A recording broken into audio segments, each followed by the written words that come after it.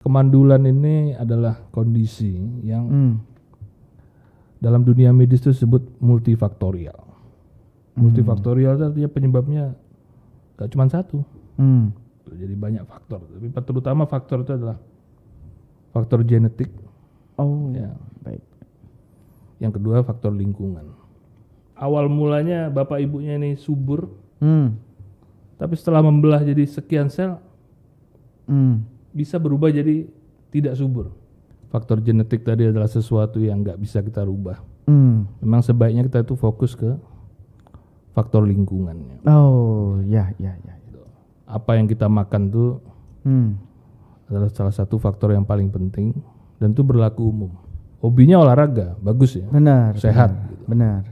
Tapi habis nge-gym Langsung ke sauna. sauna. Itu Panas-panas ya, Dok. salah satu faktor risiko ini.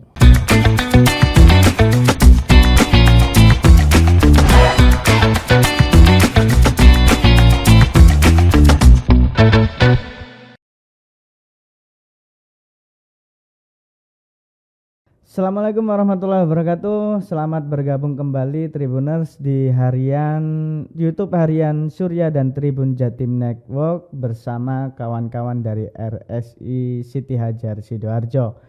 Nah, kebetulan saat ini kita kedatangan tamu spesial yakni Dr. Ramesdo Yuanda, spesialis urologis. Apa kabar, Dokter? Baik, Mas Amir. Alhamdulillah baik ya, Dok. Dokter, saat ini kita akan membahas soal kesuburan pria, di mana spesifiknya yakni tentang kemandulan ini, Dok. Ya. Nah, setiap lelaki nih, Dok, biasanya wajib menjaga kesehatan reproduksi, Dok, ya, karena ini merupakan semacam kehormatan bagi seorang pria ya, Dok. Ya. Betul.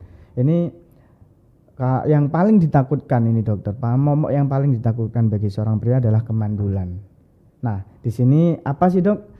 Saya merangkum beberapa pertanyaan nih, Dokter, yang dimana pertanyaan ini juga menjadi trending di mesin pencarian. Bahwasanya ketika kita ngetik kemandulan ini ada beberapa pertanyaan yang ternyata pertanyaan ini paling dicari, Dok, di mesin pencarian. Nah, untuk pertama nih, Dok, soal kemandulan tadi, apakah ada ciri-ciri lelaki yang tidak subur meski terlihat sehat nih, Dok?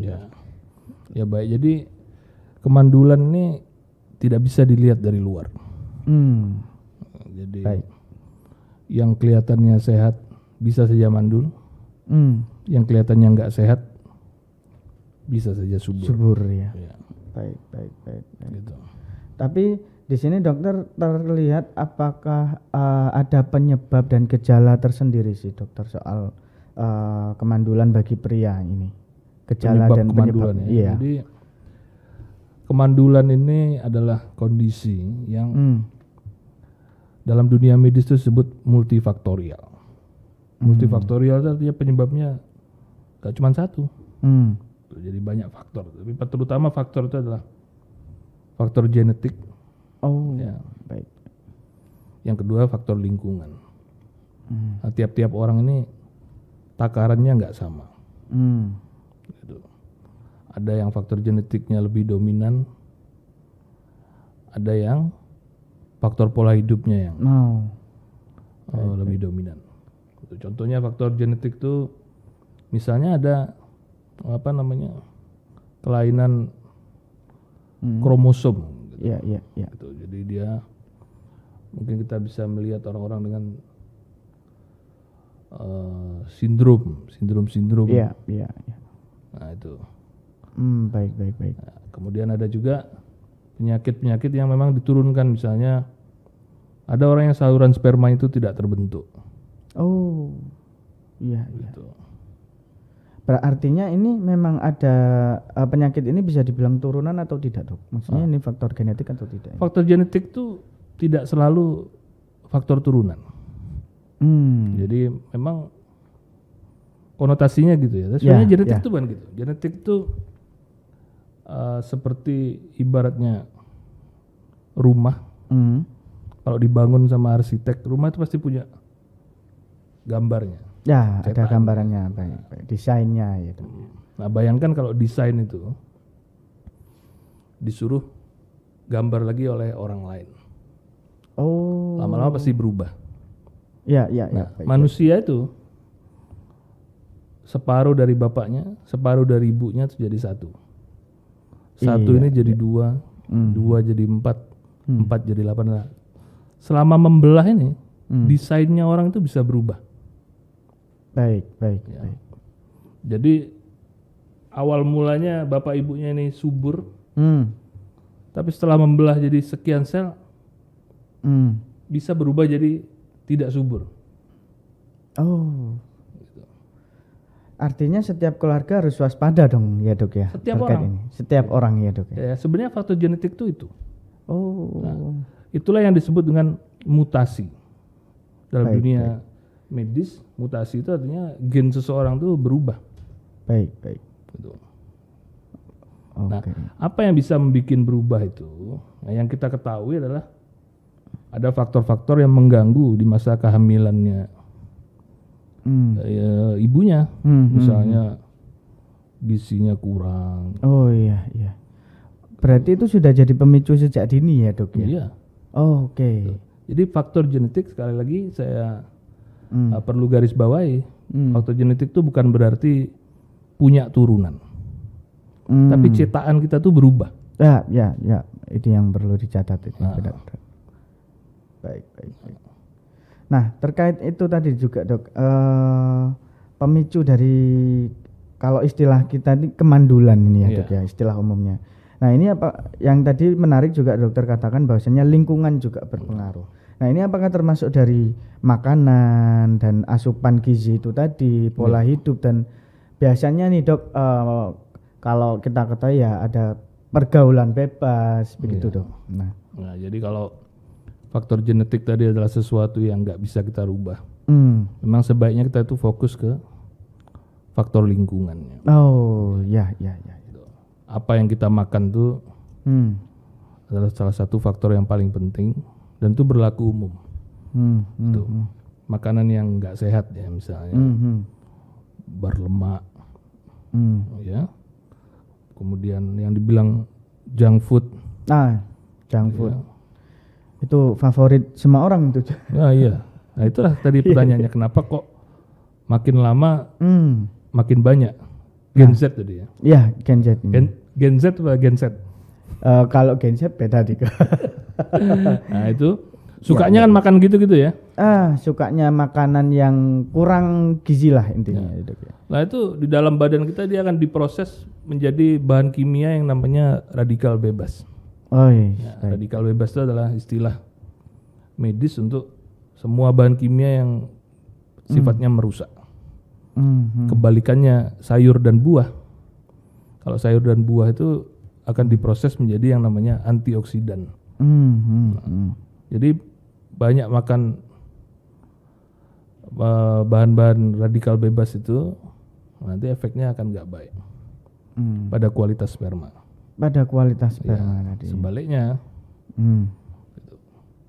Banyak mengkonsumsi antioksidan akan meningkatkan kualitas sperma. Itu dari makanan ya, yang umum. Nah, kalau untuk kesehatan reproduksi laki-laki ini ada hal-hal yang sifatnya agak khusus. Seperti apa ya? Nomor satu itu suhu. Suhu. Ya, jadi kalau kita boleh membayangkan organ reproduksi kita ya, boleh. Boleh. Nah, jadi sperma itu diproduksi dalam organ yang namanya testis. Yang zaman sekarang pasien saya suka bilang lato-lato saya. Gitu. Iya, lato-lato. Nah, sekarang kasih nama lato-lato. Iya. Testis itu ditaruh di sebuah kantong. Yang kantongnya ini spesial sekali. Dia bisa molor. Iya. Bisa mengkerut tergantung suhu lingkungan kita. Iya. Jadi memang dia menyesuaikan ya. Betul. Gitu. Karena apa? Produksi sperma itu tidak bisa bagus kalau suhunya itu nggak pas. Artinya suhu nggak pas ini terlalu panas juga atau terlalu dingin. Ya. Oh baik. Jadi idealnya itu 2 derajat dari suhu kita. Jadi 35. Oh, derajat Celcius ya. Baik. Nah, jadi sudah dibikin seperti itu, tapi ternyata dari faktor manusianya sendiri suka memaparkan testisnya ini pada suhu panas. Oh iya. Gitu. Contohnya apa? Ini yang sering sekarang tuh sauna. Oh, sauna. Jadi, hobinya olahraga, bagus ya. Benar. Sehat. Benar. Gitu. Tapi habis nge-gym Langsung ke sauna. Itu panas ya, Dok ya. salah satu faktor risiko ini. Oh. Tuh, saya kira itu justru kurang sehat, tidak sehat ya, Dok ya. Untuk testis. Oh, iya. Jadi kalau kita tuh memang sudah merasa punya kesulitan dapat keturunan, ya harus dihindari. Kalau memang suka begitu, suka pakai celana kulit kayak rocker zaman dulu gitu. Nah, itu harus kadang juga ada yang mengatakan bahwasanya CD atau celana dalam itu juga berpengaruh mungkin, Dok. Terlalu ketat atau apa gitu ya, Dok. Betul. Nah, biasanya juga ini, Dok, yang dirasakan banyak ya kaum pria termasuk saya juga. Kadang kita merasa sakit saat testis tadi itu kadang ada yang naik satu, ada yang agak ke bawah gitu, Dok. Nah itu normal atau dia ada gejala kemandulan atau bagaimana, Dok? Ya, jadi secara umum memang testis itu tidak simetris, baik dari posisi maupun dari ukuran. Iya. Gitu. Tapi kadang-kadang nggak simetris itu juga bisa karena penyakit. Ya. Misalnya testisnya terpelintir. Nah, maka yang satu akan sangat besar dan bengkak, lebih tinggi gitu posisinya. Jadi harus diperhatikan ada nggak keluhan yang lain. Gitu. Kalau ada rasa sakit, maka mungkin perbedaan itu tidak normal. Ada rasa sakit.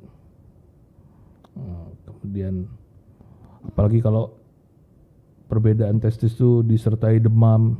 Oh ya, langsung ke badan gitu lah ya. Itu kira-kira perlu diperiksakan. Tapi kalau enggak, ya pada umumnya itu normal. Tapi banyak loh, Mas, pasien yang periksa karena takut kok nggak sama. Nah itu memang benar-benar. Iya benar. Gitu. Karena khawatir, Dok. Betul. Takut kenapa-napa begitu kan. Kadang kok nggak kembali gitu, Dok. Ya. Benar. Nah, Dokter, terkait kemandulan ini sendiri, kalau kita nih sudah tahu bahwasannya kita diagnosa wah mandul nih gini. Ya. Terus sebetulnya ciri-ciri spesifiknya dan apa yang harus kita tanggulangi setelah kita tahu bahwasannya kita mandul gitu, Dok. Ya, jadi yang pertama mandul itu sendiri apa? Ya. Sekarang yang jadi kesepakatan medis adalah 1 tahun belum punya keturunan. Ya. Padahal hubungannya normal, jadi tidak LDR ya, enggak bisa ranjang dan sebagainya. Itu ya. Setelah 1 tahun ini, maka kita sendiri sudah bisa bilang bahwa aku ini sudah masuk dalam kategori mandul. Sudah 1 tahun nggak punya anak.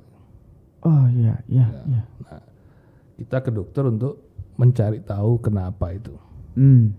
Jadi itu yang harus dilakukan. Periksa. Ya. Normalnya adalah 1 tahun. Normalnya 1 tahun. Setelah itu sudah.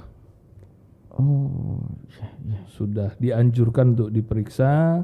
Nah kalau ke dokter tuh selain diperiksa orangnya, itu riwayatnya, terus kemudian secara umum seperti yang saya bilang sindrom tadi mungkin kelihatan dari wajahnya. Oh itu kelihatan ya, Dok ya. Terus dia laki tapi mungkin seperti perempuan, gitu.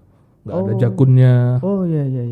Gitu. Nggak ada bulunya. Oh saya nggak ada bulunya nih, Dok. Oh masa?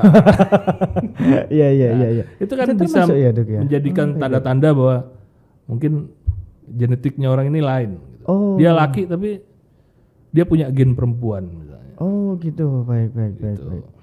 Nah, terus dilihat juga dari organ vitalnya itu tadi, ukurannya, kelembeannya. Oh ukurannya juga jadi patokan juga ya, Dok ya. Kalau normalnya sih berapa sih, Dok, kalau di Indonesia lah normalnya ukuran. Nah, itu ada alatnya, terus ada nomornya. Oh, jadi nggak pakai penggaris manual gitu ya, Enggak. Dok? Jadi dia, Iya, dia iya. dimasukin ke lubang alat Oh, itu gitu. kayak cincin gitu, terus Oh, dia gitu. masuknya ke cincin yang nomor berapa. Gitu. Oh, gitu. Iya, iya, iya, Jadi iya. ada itu. Tapi itu posisi ereksi ya, Dok ya? Atau Enggak, normal biasa aja? Kalau testis tadi kan enggak ereksi. Oh, yang testisnya Yang maksudnya. testisnya. Baik. Kalau kita bicara kemandulan pada umumnya yang pengaruh itu testisnya. Oh. Gitu. Tapi kalau disfungsi ya pada kemaluan, nah itu baru pakai penggaris itu tadi. Oh, siap. Baik. Itu ada tabelnya. Oh, Itu dari umur berapa gitu. Ya. Kalau saya nggak hafal tabelnya, tapi kalau Mas Samir mau ngasih tahu angkanya berapa, saya bisa bilang Waduh. itu normal apa enggak. waduh, ini saya juga nggak tahu. Bilang aja punya tetangganya nggak apa-apa.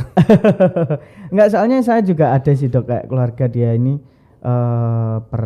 Nah ini, Dok, kadang dia pernah punya trauma. Artinya setelah olahraga atau apa gitu, dia sudah punya riwayat apa ya istilahnya.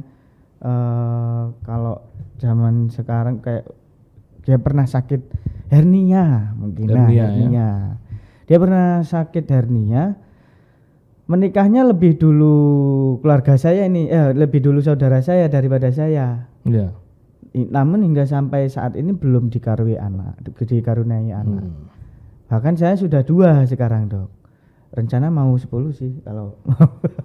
Nah, itu apakah juga pengaruh nih, Dok?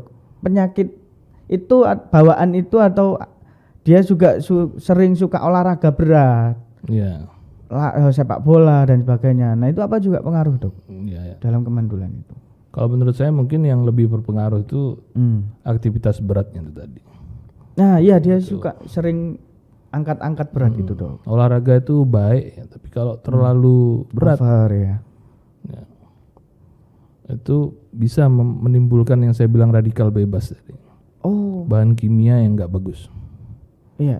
Gitu. Kemudian kalau kita jarang pakai yang namanya skrotal support, itu kan ada. Sekarang tuh banyak dijual untuk bantalan pada daerah tertentu supaya dia nggak bergerak-gerak, nggak gampang terpeluntir, atau kalau kena benturan juga. Nah, benar. Nggak langsung. Benar. Ya. Nah itu bisa. Kalau riwayat hernia sendiri saya kira nggak terlalu banyak hubungannya. Oh, nggak berhubungan. Bisa saja. Misalnya habis dioperasi, kan tuh daerahnya deket ya. Terus banyak manipulasi terhadap urat-urat saraf atau pembuluh darah ke situ. Itu bisa. Nah, jadi enaknya itu memang dicek. Terakhir dicek yang namanya analisa sperma. Nah, dari analisa sperma ini kita bisa mengetahui kira-kira ini dari mana asalnya. Baik. Kemandulannya ini ada penyakit-penyakit tertentu tuh yang mengganggu spermanya, itu membuat spermanya jadi 0. Meskipun ada bentuknya gitu, Dok. Atau dia tidak keluar sama sekali. Nah, ini beda lagi. Jadi kalau dalam dunia medis cairannya itu kita sebut semen. Ya, atau air mani. Ya. Boleh ngomong air mani? Boleh, Dok. Boleh. Terus di dalam air mani itu ada sel. Ya. Sel yang namanya sperma. Oh. Gitu. Nah, yang bisa membuai itu, yang bisa menghasilkan keturunan itu selnya. Sedangkan air maninya hanya lingkungan hidupnya supaya dia bisa dapat makanannya dari situ. Jadi air maninya bisa banyak. Tapi setelah diperiksa dengan mikroskop ya, ternyata selnya nggak ada. Nah, tidak memiliki sel sperma. Gitu. Baik. Tapi ada juga yang ternyata waktu disuruh meriksa itu air maninya nggak ada. Nah, ini penyakitnya lain lagi. Kalau spermanya nggak ada, penyakitnya lain lagi. Baik. Ada yang spermanya ada tapi jumlahnya kurang. Nah, itu bisa mengarahkan kita ke ini kira-kira kena penyakit ini. Jadi bisa diketahui lah ya dok ya, ini dari situ. berangkatnya dari mana. Jadi begitu itu ya, Dok? penting untuk bisa analisa sperma itu. Cuman sekarang ini pengalaman saya ya, Ya. banyak yang merasa kurang nyaman dengan cara melakukan analisa sperma itu. Ya karena itu sih dok, kembalinya lebih ke kehormatan tadi, agak malu gitu Iya. dok. Kalau dia nggak jantan istilahnya ya. Kalau Iya. istilahnya sekarang tuh laki gitu ya. Biasanya kan viral laki gitu dok. Tapi ngomong-ngomong soal ini bisa sembuh nggak sih dok sebetulnya? Ya. Jadi ada penyakit-penyakit tertentu yang masih bisa disembuhkan. Bahkan kalau bidang saya terutama kan yang menyembuhkan dengan operasi. Operasi Urologi itu adalah ilmu bedah di saluran itu saluran ya dok. kencing dan apa namanya reproduksi laki-laki. Ya, jadi ada penyakit tertentu yang kita tangani dengan pembedahan. Nah, tapi ada juga kalau masih apa namanya Tanpa operasi ya dok ya. bisa dengan memperbaiki pola hidup aja, memperbanyak konsumsi makanan yang bergizi ya, antioksidan tadi, minum suplemen. Artinya bisa sembuh ya dok ya. Maksudnya untuk persentase sembuhnya masih Ya, besar lah ya dok ya mungkin. Baik. Terus ini juga dok soal ini kan soal kesuburan ya antara pasangan khususnya yang sudah suami istri nih Tribuners, apalagi ini suatu hal yang apa ya jadi canggung juga ya dok ya. Kalau ya seperti yang kita bahas tadi bahwasanya di backstage tadi kita bahas juga nih Tribuners bahwasanya biasanya kalau dulu ada satu pasutri yang masih belum mempunyai anak itu yang disalahkan kebanyakan yang wanita. Iya. Itu dok. Betul. Nah, terus apa zaman semakin maju sekarang nih ada sebelum nikah tuh harus tes kesehatan dulu. Iya. Nah, mungkin dok besok ada program yang dimana bisa mengetahui itu. Artinya yang biar fair lah, yang pria juga diperiksa, yang wanita juga diperiksa. Ya. Mungkin dok. Saya kira itu secara medis baik ya. Kita harus melakukan tes kesehatan. Kalau perempuan tuh selain ini dia dicek punya ini enggak, misalnya seperti infeksi namanya toxoplasma. Oh, saya kira ISK dok. Bukan. Itu ada apa namanya parasitnya yang hidupnya pada binatang seperti kucing. Oh, iya. Nah itu kalau punya itu bisa membuat anaknya punya kelainan bawaan. Oh. Jadi kelihatannya yang cewek-cewek itu sudah lebih marak. Tapi memang yang laki masih belum tersentuh. Ya. Nah tapi dilakukan pada laki atau perempuan pun saya kira kendalanya sekarang tuh masih pada faktor sisi etisnya mungkin kalangan medis belum punya kesimpulan. Boleh nggak kita benar. Memberikan informasi seperti itu pada orang yang sudah hampir jadi. Nah, benar dok. Terus apakah kita bertanggung jawab kalau pasangan itu menyikapinya dengan negatif? Gitu? Benar. Atau belum? Mudah-mudahan nantinya bisa seperti itu. Benar. Dan sudah beli undangan mungkin ya dok ya. Iya. Terus tiba-tiba ada berita buruk semacam itu kan jadi itu juga. Sudah foto prewed ya. Foto prewed, benar dokter. Nah, karena itu tadi dokter karena ini bagi lelaki satu hal yang momok juga nih dokter. Iya. Nah, terakhir nih dok terkait tips dan cara untuk mencegah kemandulan bagi pria. Ya. Nah, dan ini juga dok soal apa sih bedanya sih dok kemandulan dengan disfungsi? Iya. Ereksi. Terkadang kebanyakan orang awam mengetahui bahwasanya wah nggak berdiri nih pasti mandul gitu. Ya. Itu sih dok. Ya, saya kira itu istilah yang kurang tepat ya. Jadi yang kita sebut yang diasumsikan mandul oleh dunia medis itu adalah ketidakbisaan punya keturunan. Gitu. Nah, sedangkan disfungsi ereksi adalah ketidakmampuan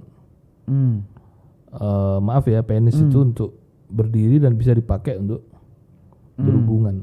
Gitu.